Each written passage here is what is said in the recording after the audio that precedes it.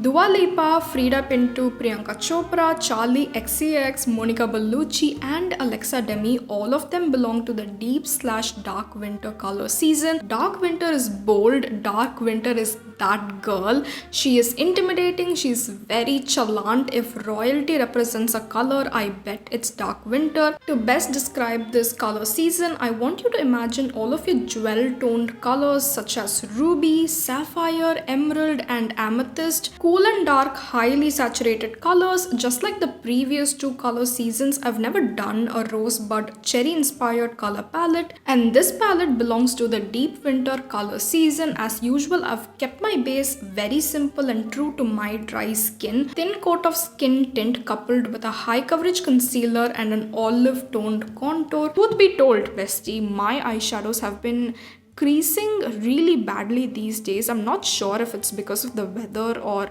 I'm aging. I'm turning 26 this month. I used to use affordable eye primers before, but those did not help me with creasing per se. Maybe they help with the shades to appear brighter and true to its tone, but as for creasing, I did not see much difference. 2 weeks back, I was determined to fix the issue. I took advantage of the Nykaa sale and bought my very first high-end eye primer. Urban Decay Primer Potion is an age-old trusted formula for eyeshadow lovers. This is the before and this is the after.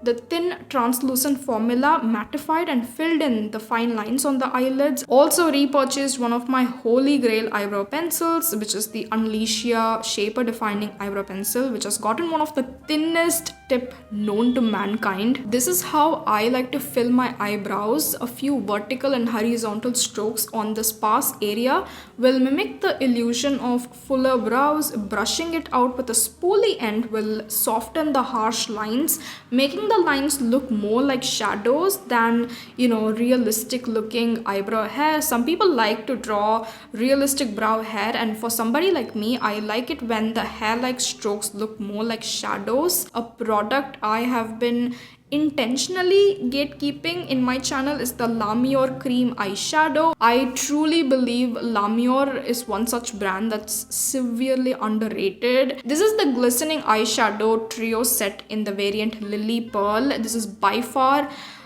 the highest quality cream shadow I have used under 1,000 rupees. I'll show you why in this segment. It's so pigmented that I am scared to use more than 4 dots on my eyelids, and I have a really big eyelid space. These types of cream shadows are your one and done shadows that blend into perfection. I bought them exactly 1 year back and I didn't feature it in my channel because just like a lot of Glamour products, they come in a trio and you cannot buy the individuals separately, which is a problem, and that's why I kind of gate kept the shadows. With one and done eyeshadows, they either harden in the pot or they set immediately, so you gotta blend faster than you would with a powder eyeshadow. With Glamour, that's not gonna happen because the formula itself is very, very emollient. You get that liberty to take your sweet time to properly blend the shadows. With the set Lily Pearl, you get one matte finish, one satin finish, and one glitter finish. I really don't like the glitter one. It looks so outdated.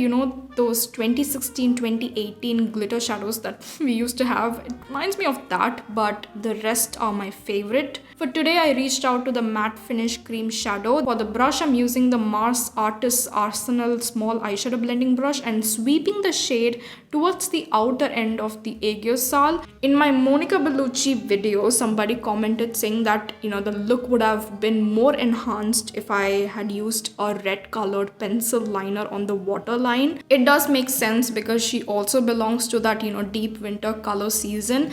I did not have a red eyeliner at that time, but now I do. This is the Nykaa GLAMOReyes colored Kajal in the shade Ruby. It's a garnet red eye pencil. Depositing the kajal on the waterline and on the outer end of the lower lash line. Because it's a waterproof formula, it won't smudge, but the formula itself sort of dried out, so I don't recommend Nykaa formula. The K-Beauty colored kajal, they are so much better than Nykaa. Gently smoking out the upper lash line with the Simply Numb Ultimate Kajal With a pointy dome-shaped brush, I picked up the Kajal and lined the upper and the lower lash line. The colors I've used in this video are highly saturated, so finishing the eye makeup with just a mascara would have, made my eyes look smaller than it is. This happens on camera a lot when you're playing with highly saturated shades. Sometimes it makes your features appear a lot more smaller than it actually is.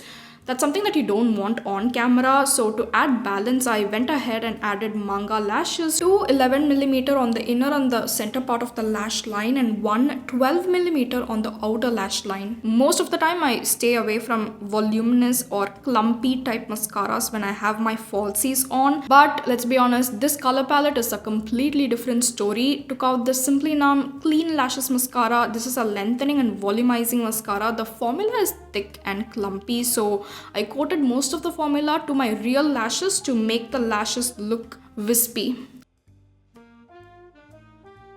To add glamour, I'm dispersing shimmers on the inner corners of the eyelid space.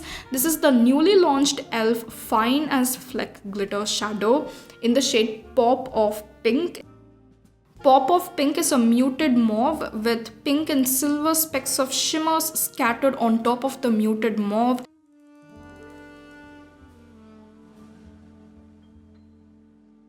The mother of dark winter lip tint, in my opinion, is the Etude House Rose Lilac.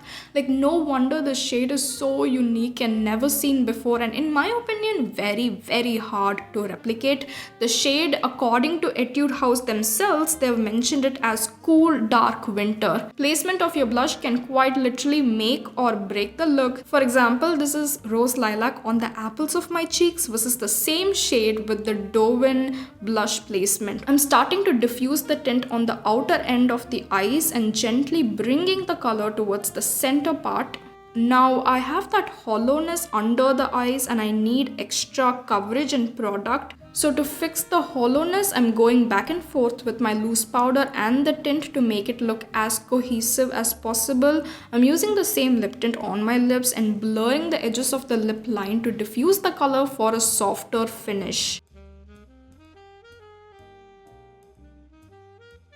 This is the finished look. What do you think about the dark winter color family? Like, will you ever try a color palette like this?